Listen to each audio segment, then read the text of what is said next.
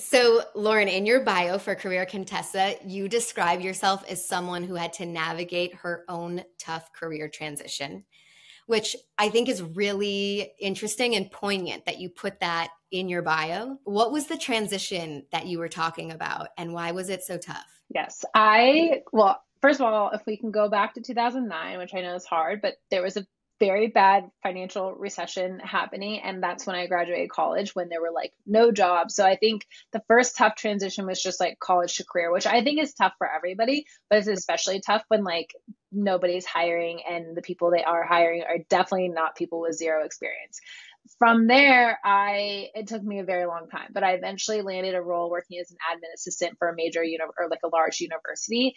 Absolutely hated the job the whole time I was there, like a picture windowless room, cubicles, like you show up and there's nothing for you to do all day except answer the phone when it rings. Like that's just like a very draining thing. And so that was where the tough transition I always refer to, that's sort of where it started, which is like, I'm at this dead end job.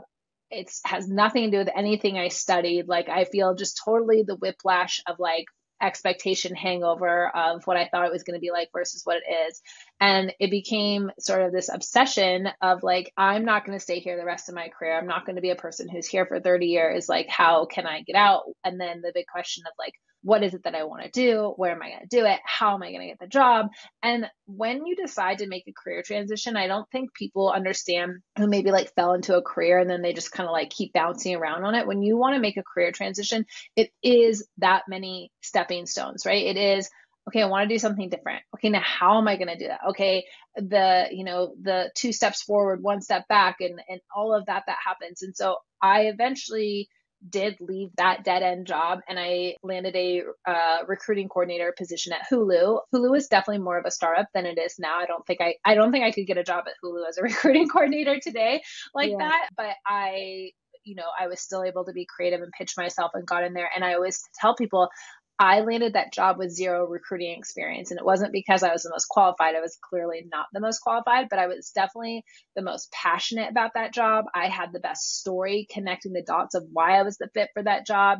And so for people who oftentimes find Career Contessa or find our resources, when they say I'm going through a tough transition, I'm like, I've been there. I understand what that's like. And I just think that career transitions are hard, and that if you've ever been in one before, then you know what I'm talking about. But I did eventually make it out, and I'm making it sound much more linear than it was, but that was the tough career transition I'm referring to. It stuck out to me initially because the DMs that I get are oftentimes about career, because I think the women that listen to Pretty Smart are just really ambitious. Yeah. And it's oftentimes about, I'm doing X and I want to do Y. How do I do Y? Yeah. And we kind of think like, just go do it. But it's actually very challenging. I had a career quake. That's what I call them. Yeah, that's a good name. Because it's very accurate. Well, it feels like the earth is moving from underneath you. It's actually really scary, but very fulfilling when you get to the other end. And I use the word fulfilling because that's what you do. You help people find fulfillment in their roles at work. So yeah.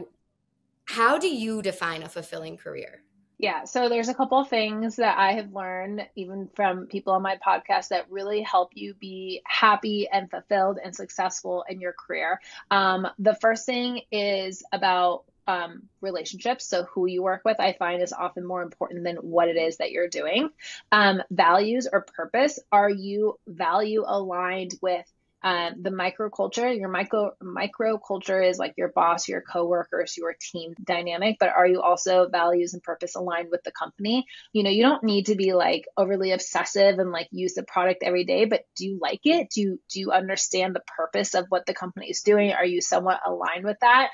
Right. We used to use the word culture fit a lot. Now we're using more like values fit a lot more, because what we recognize is the person you want to get a beer with might not be the person you want to work on a project with, right? So values might be like, I really value people who are loyal, or people who are transparent, people who are trustworthy. Like, and are you finding those values in this company? And more specifically, like I said, your quote micro culture on the team, which is your boss, your coworkers.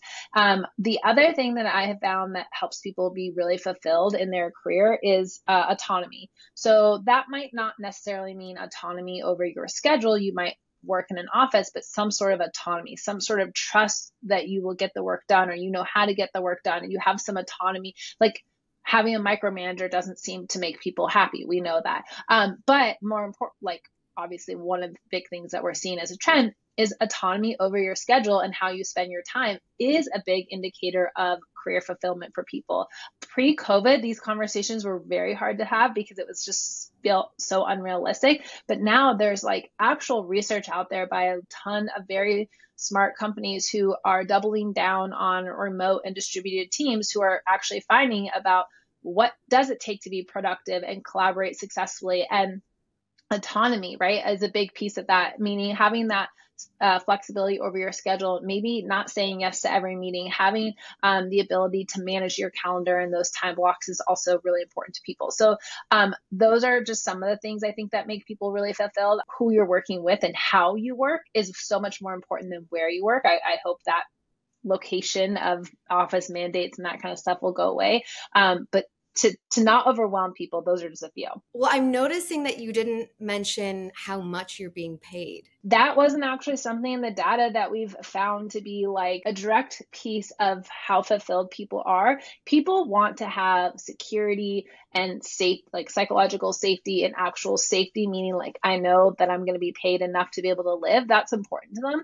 But I guess when I think about like the Career Contessa audience and maybe your audience, these are people who have legit careers. So for them, it's about making sure they're paid the market rate, but they're not often being paid like not enough money to live or something like that. This is not like millennial era where we all had unpaid internships. We're not finding that right now. And so for people, yes, pay them well, pay them the market rate and pay them fairly. But you can be paid really well and absolutely hate your job and not be fulfilled. Basically, the big thing is like, there are a lot of people out there who make a lot of money and they hate their job. If we're talking about being fulfilled in your career, money isn't usually in the top 3 or 4. I want your take on this. I had a job one time at a big entertainment network, and I took one of the main hosts to lunch, and I wanted to pick his brain. I was pretty young.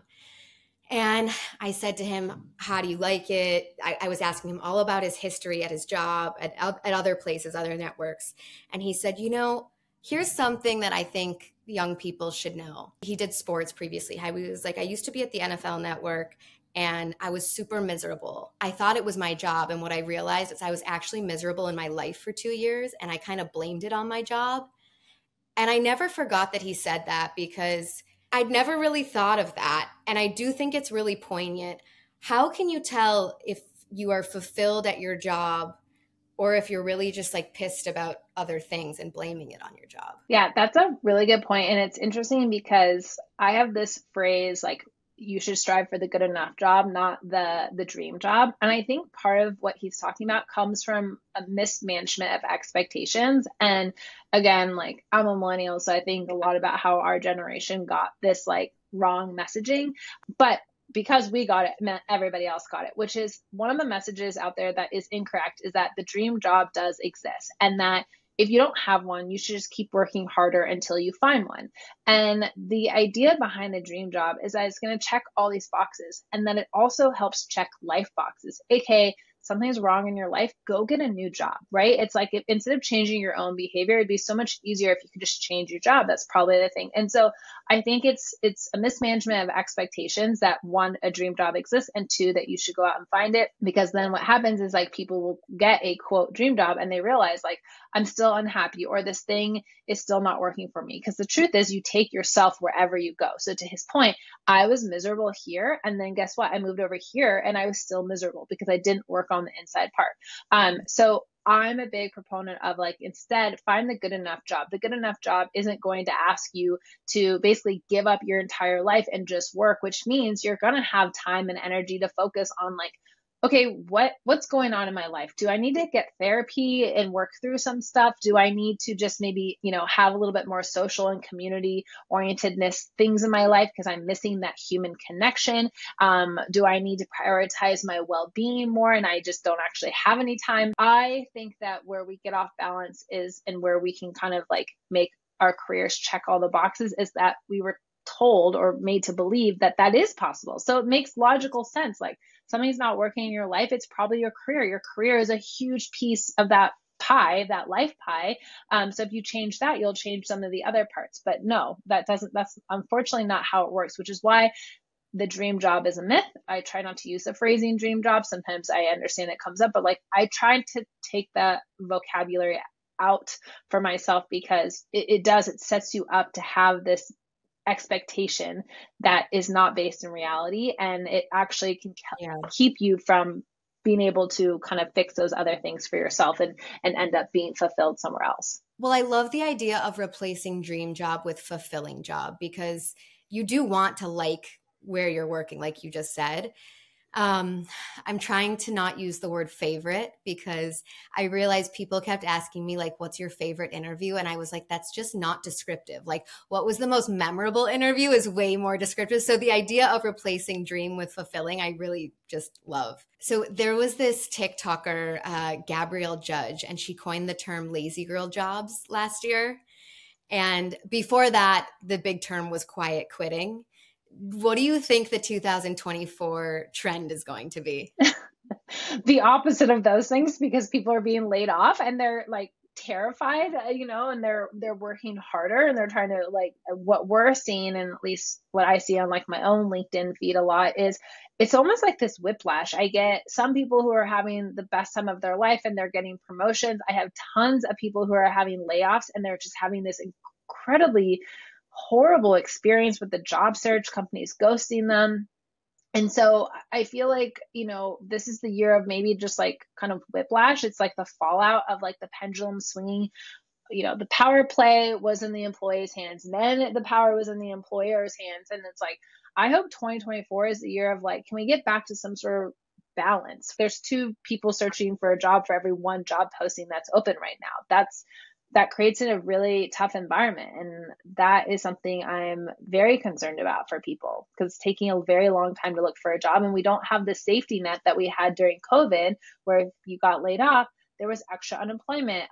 Student loans were on pause. Like, we had more of a safety net, and it feels like there isn't really a safety net for people when their careers go away. So if anything, I hope that we talk about in 2024 is how to create your own job security. Like, how can you have this agency over your career? Because clearly you can't expect to get that via a company.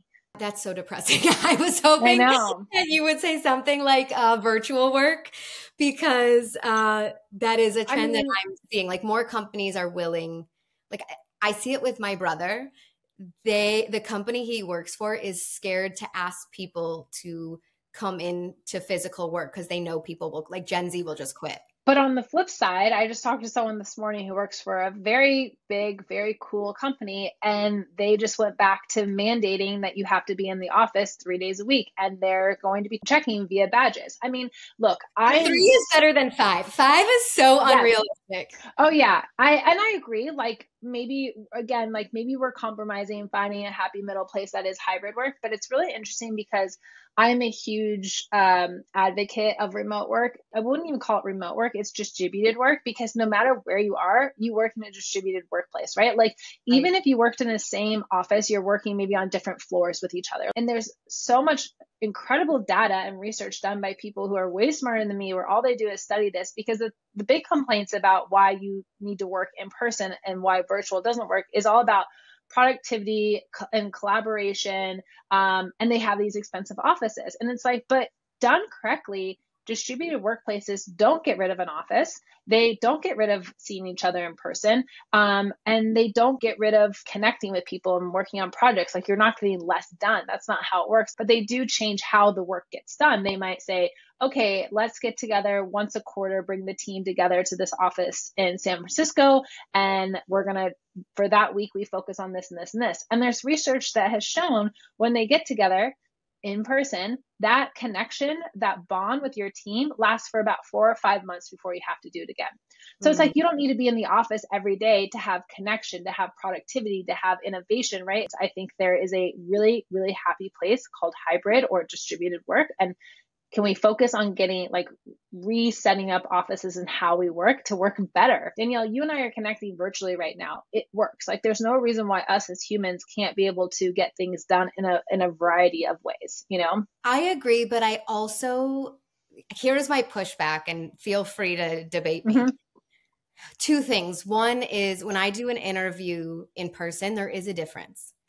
I do think I miss certain social cues, and like, I missed somebody crying one time virtually because I just see it. You can see it. Listen, I would never miss that. But secondly, I'm 10 years into my professional career at this point. At the very beginning, had I not had, I remember because I came to LA and I didn't have a place to work. That was probably for 8 months. I got my first job where I went to an office every day. And it changed not just my work life, but my network, my social life. I think for people that are starting out in the workforce, to not have an office or socialization is very difficult. Yeah, I would agree with that. And I actually think that, again, how we work there needs to be variations of that. So for people who are earlier in their career, they need more access to their manager or their boss, and they need more context around something. You're 10 years in your career. I can tell you, what about XYZ? And we don't need to spend a whole lot of time on it because you know what that is. If you're brand new in your career, I need to be able to see and watch you work a little bit more. And so how can, again, like, not treating everyone the same is very important in this situation. So you're right. For the early career people, maybe they want to go to an office more often. So you know that when you're hiring for a role that's more entry level, you need that person to be located near an office. But that still doesn't change the fact that, how can you give them more access to their manager? There are also young people who get jobs, go into a company, and their manager's never there. Even if they're physically on the same floor, they never see them. I mean, I remember she was in meetings all day and never saw my manager. Did I know that her stuff was there? So I knew she showed up to work. So, like, you could also argue the flip side of this is like, right, okay, if we're going to do that, we still have to be intentional about how is this person going to have more access to learning from that manager and get more context and more training. And that wasn't necessarily happening in an office before. It's a little bit less of like where you work and more important to focus on how we work.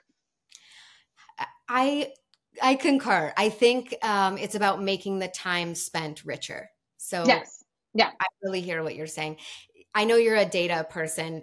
Are there any markets that are showing growth for this year? Yeah, I mean, so there's definitely people who are hiring. I mean, hospitality was coming back and travel was coming back. Even some tech companies are hiring again. Like, it's not like everything's gone away. But I think people are rethinking how teams are set up. And I think layoffs sometimes are sort of like a fresh start, and then like, let's rebuild this thing. AI is an area where it's obviously growing and it's changing every industry. So it's like, how can we get more done with fewer resources, aka sometimes people and expenses. And so media is a really tough place right now. That's not growing as much. But for example, maybe finance is growing a lot because they can use AI to help. Project management is another one that's always growing. Digital marketing is always growing. So those are like actual specific career types that you could go into. Obviously, nursing is always growing. Nurse practitioners, I've seen a lot of that kind of stuff. So there's still stuff out there. I don't want to like scare everybody, but it's just, we're not in the lazy girl era and the quiet quitting era and the great resignation. Like that era, that the book closed on that for sure. Yeah, I have like I don't love soft girl era. I like the idea of it. I know what people are saying, but I just don't think that's how you move forward in your career? I have an entire book on how to be proactive in your career, not reactive. Soft Hmm. girl era for me is being very reactive. It's kind of taking your foot off the gas pedal and saying, I'm just waiting to see what comes my way. I'm like, maybe I'm too much of a control freak, but I'm like, no, no, no, no, no, don't do that. Look, we all have transition times in our life, or maybe our career is sort of like a thing that we've got to keep afloat, but it's not the number one thing. That you Hmm. can't treat it like that all the time and then expect it to grow. So I'm much more of a fan of trying to figure out like what are sustainable practices for being proactive in your career. Networking is a big one, right? So people always ask me like, oh, I need to network. I'm like, but see, that's the wrong mindset already, because a really good networker is just constantly trying to think about what are like cool people doing cool things that I can connect with, and how is there any way that I can help? Like there, it's a mindset shift of like, I'm interested in building relationships with people on an ongoing basis versus I need something and now I need to kick it into high gear with my networking efforts, right? So there's one that's like much more sustainable and it's kind of like a consistent thing that is constantly going, versus the other thing where you're like, I'm going to throw all my energy into this. And you know what? When you haven't been giving any energy to networking and then all of a sudden you throw all your energy into it, it's going to be disappointing because you might not get the results you want, because it takes time. All the good things in your career takes time. I actually did a whole episode on networking called relationship building because I think we've coined it Yeah, incorrectly. And I'm totally with you. To me, it's about helping. It's not really about like selling yourself or like yeah. getting what you want. It's about adding value to that other person's life. When I was like prepping for this interview, I hadn't heard this statistic, but 85% of jobs are filled via networking. Yep. So what do you think for somebody who's like, oh, that word makes me cringe, or that's just so not me? What's like a great first step? A first step for anybody would be like, what is your learning goal? If you are trying to do some intentional networking, who are you looking for? Like, what's the goal that they can help you with? So I'll give you an example. If you're making a career transition, oftentimes the people who are in your immediate network right now are probably not the ones that are going to be able to get you to whatever it is that you want to go next. You're going to have to think about like, okay, I'm transitioning into project management and I'm really interested in these three industries. Here are some specific companies within those industries. So you want to go out and find new people to connect with that are project managers that work in that industry or that company. They're kind of like bridge connections. They're bridging you to where you want to go next, right?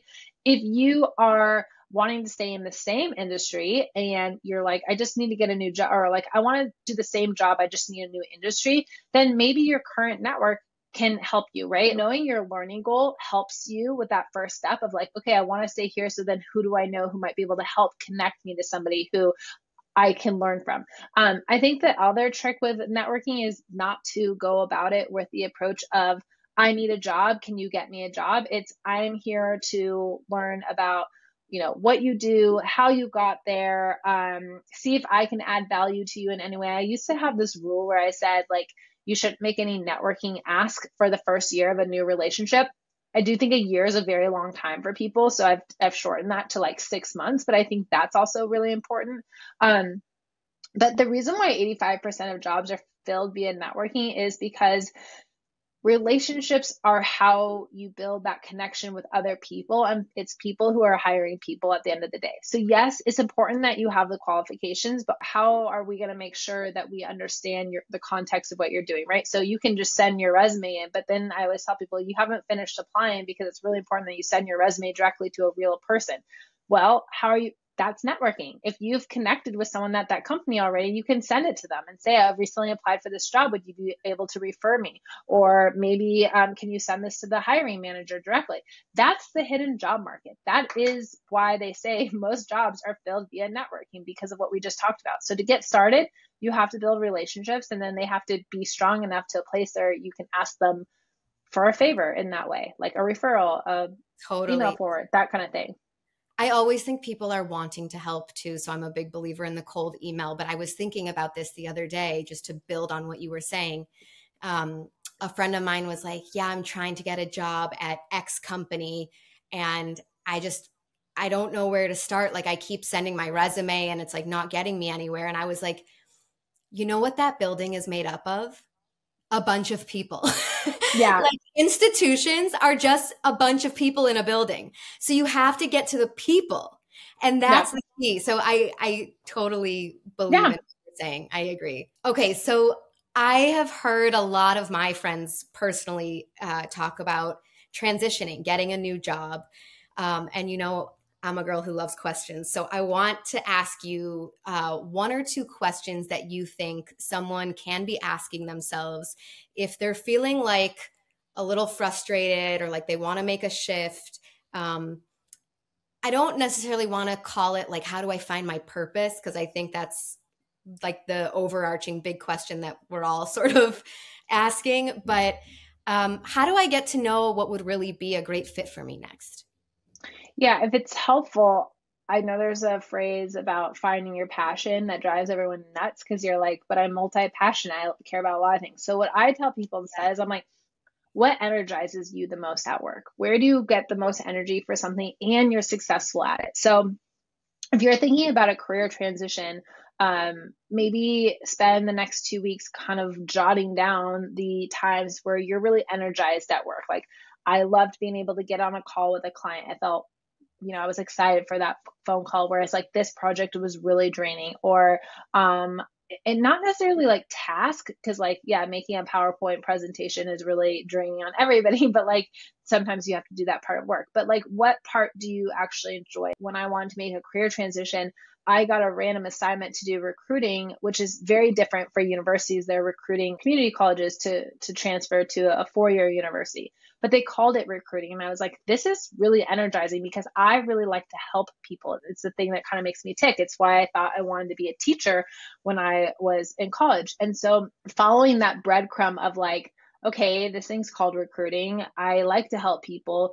So then I followed that breadcrumb and then I was like, I'm really energized by this. I'm also really good at it. So what careers use this type of quality or strength that I have? Okay, teaching. I don't really want to do that. Could have been like an academic advisor. They sort of did that. Could have been like a counselor, yada, yada, yada. But recruiting was the reason why I connected the dots with that. One, I kind of got the idea from the random assignment, but I, in college, loved going to the Career Center. I was obsessed with trying to figure out a job. And so I was kind of mixing these two things. I was really interested in like career stuff.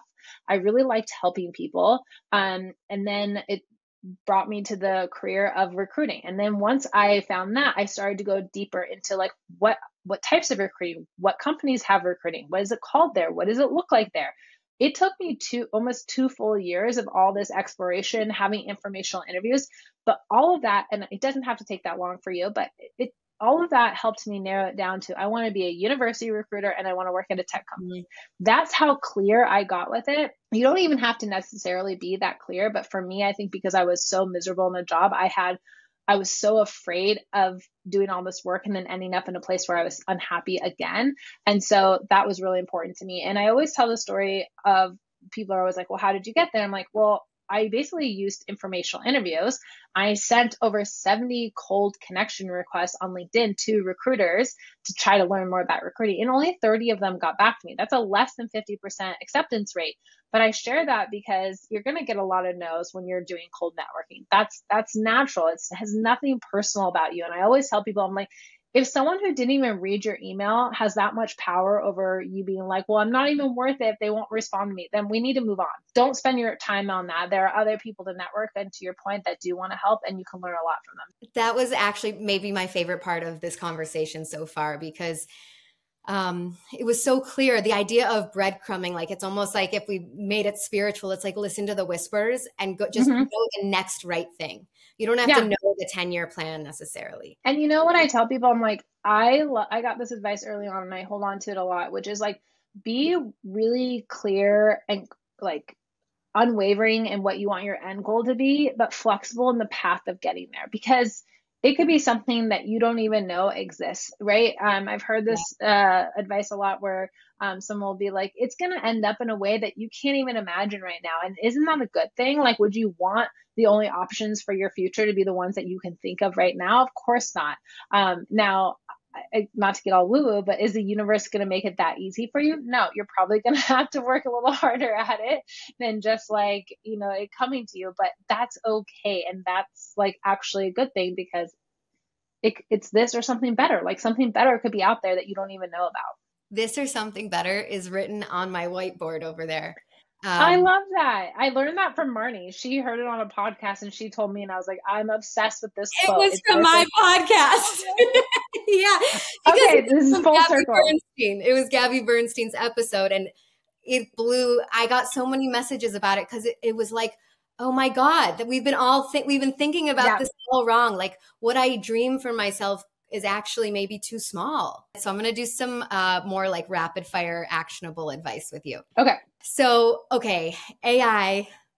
I love AI actually. I think of it very positively. Can you give us a crash course in how you think we can use AI to prep for interviews, write cover letters, even find a new gig? Yeah. First of all, you can find everything I'm about to say on the Career Contessa website, but the AI I think of that's the most common is Chat GPT. You can use Chat GPT to help rewrite bullet points using prompts to say, turn this bullet point into an achievement, or give me an example of an achievement.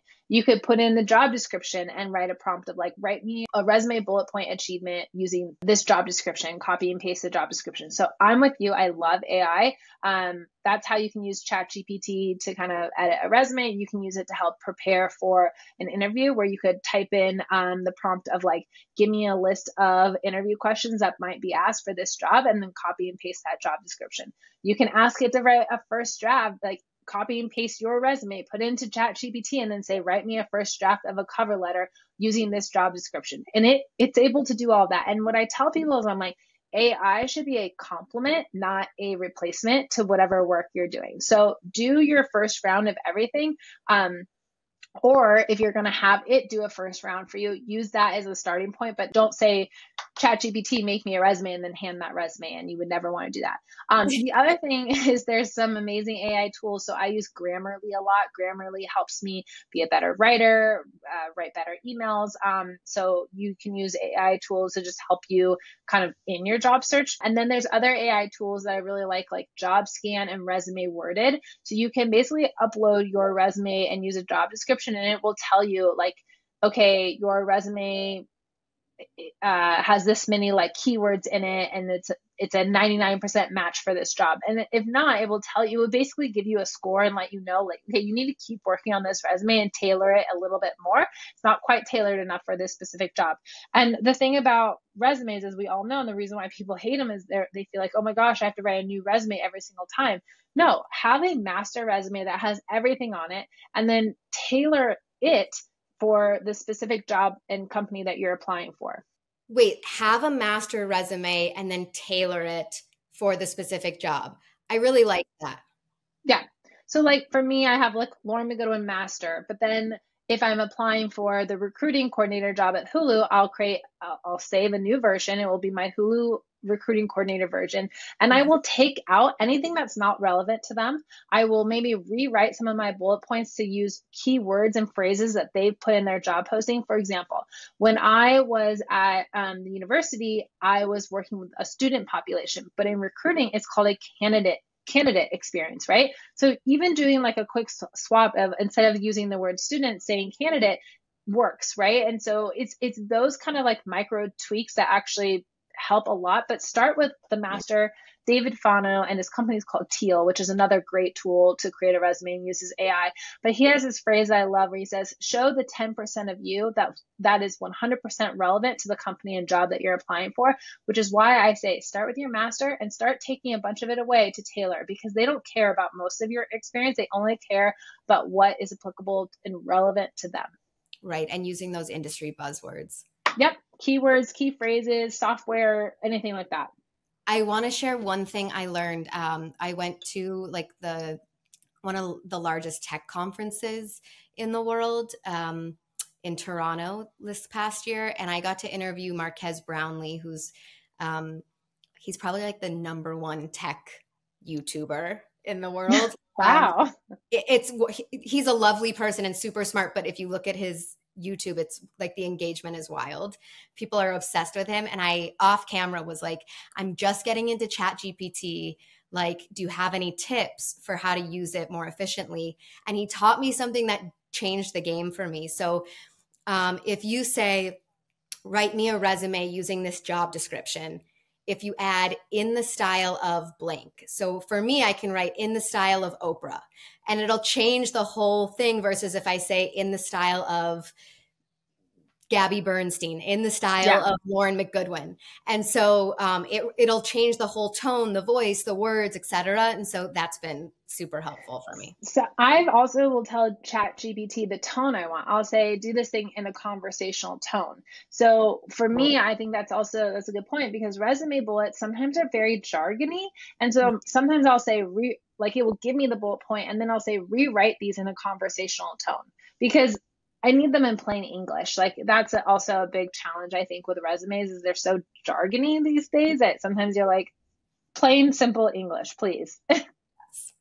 Okay, what is your all-time best salary negotiation tip? Okay, so now that we have salary transparency laws, something I really love, if you are applying to a company that has that means that they will put the range usually in the job description.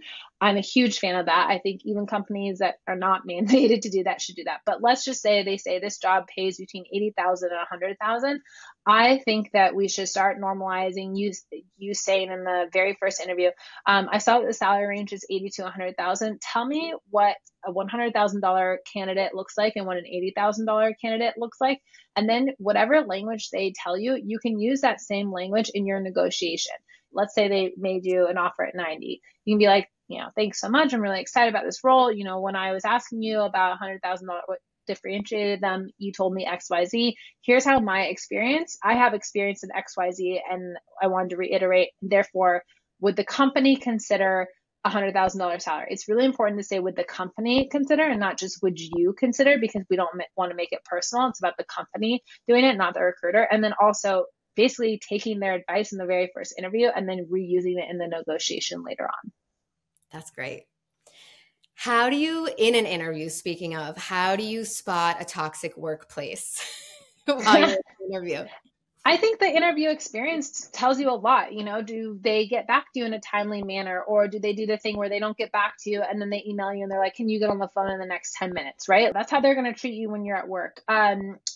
Asking them questions about their culture.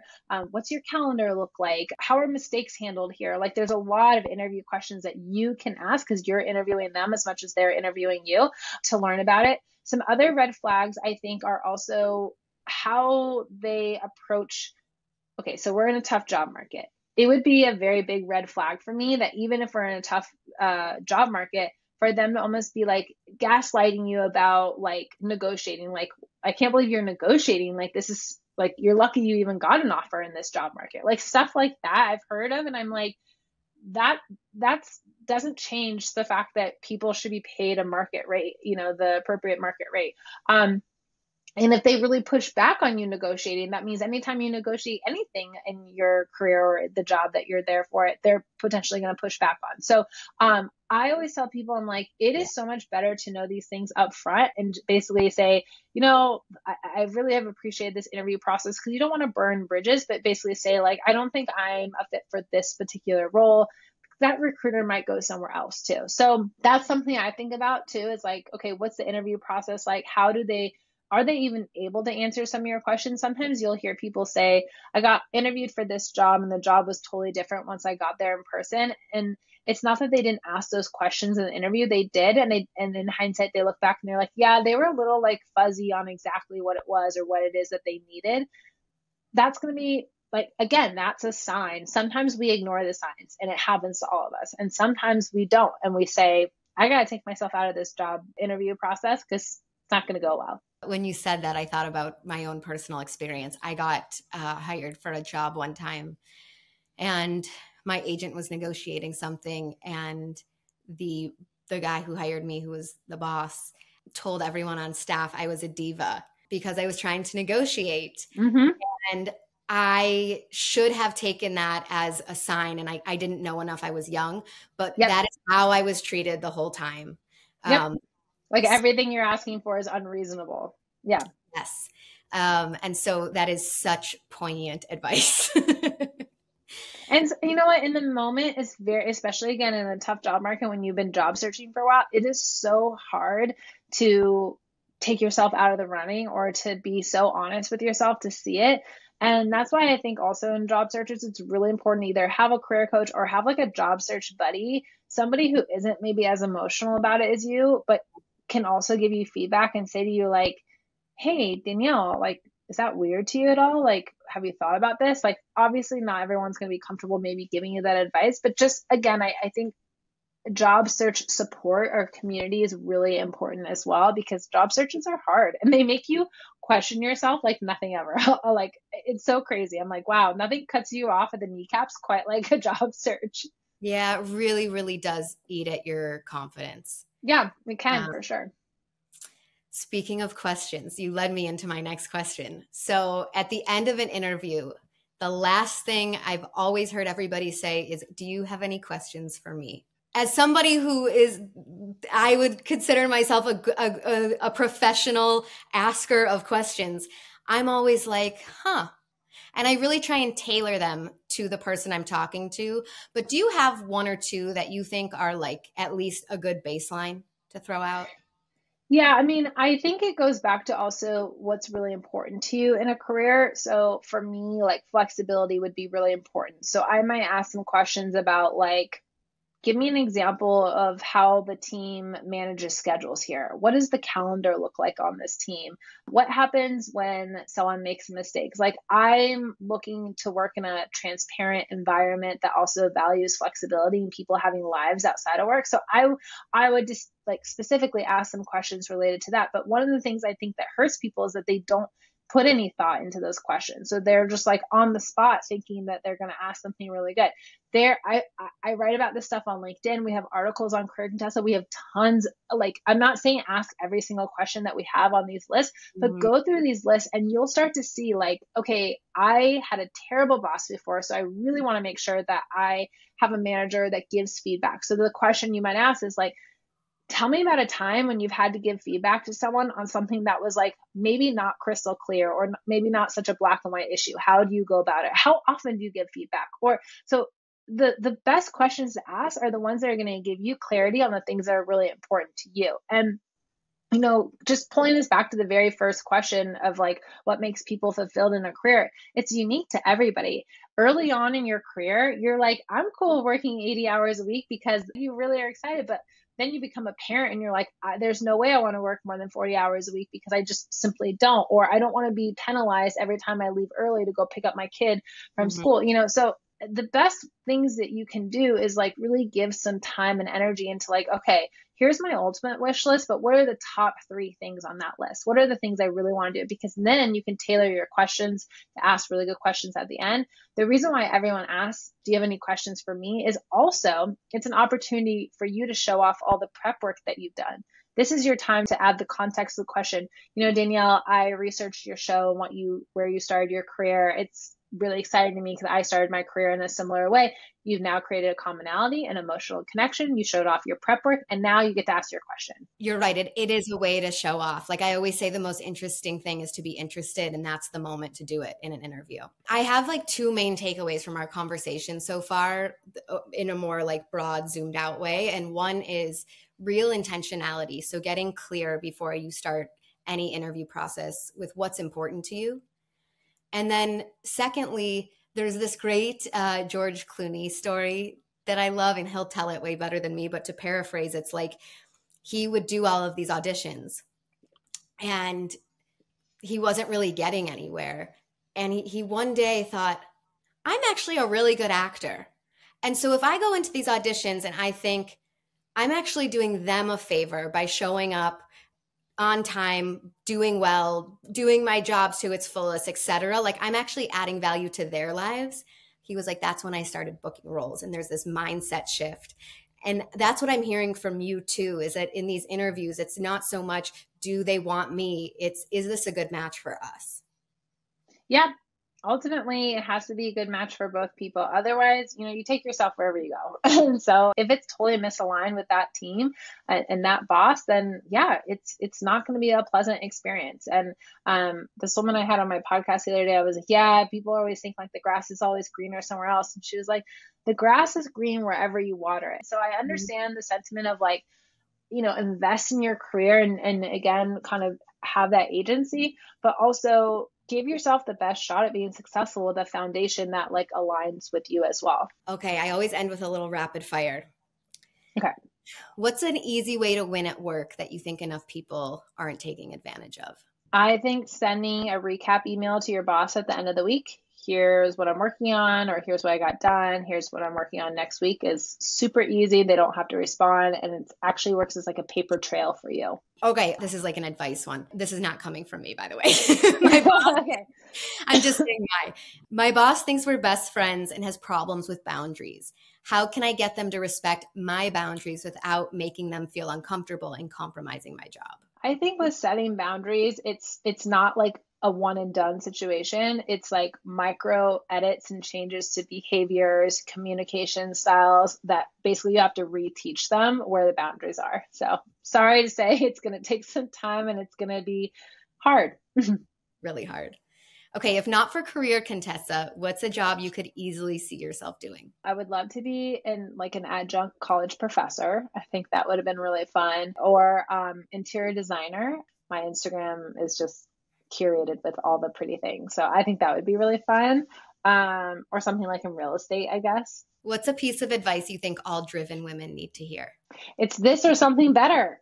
I'm obsessed with this phrase. Yes. What is something that you consider the biggest waste of time? Oh, I hate wasting time and money. So like commuting to something in person when I could do it virtually. That I hate that. What's a piece of media that you've consumed that changed the way you thought? Oh, I follow this woman, Glucose Goddess, on Instagram, and it's all about glucose spikes and food. And anyway, it's really fascinating to me because it's not just about like eat this, don't. It's not about counting calories. It's truly learning about like insulin and glucose, and that's been really interesting to me. So, Glucose Goddess on Instagram. What's a book that you've read that changed your life? Something that you think everybody should read? Atomic Habits, hands down. Yeah. I agree. Okay, we do a pretty smart question every week. So tell me when to stop. Okay, stop. One thing you are trying to or need to let go of. Control, perfectionism. I have two kids under the age of 2, and so kids are also like the extreme lesson of like you cannot control everything, but I really need to like be able to deal with the messy a little bit better. Lauren, Career Contessa, what is the smartest decision you've ever made? Oh gosh. I mean, probably picking a supportive partner. Like in hindsight, that was like a big life decision that was also a career decision and a wellness decision and all the other things. So probably picking a good partner. Thank you. It was so fun talking to you. Yeah, you as well.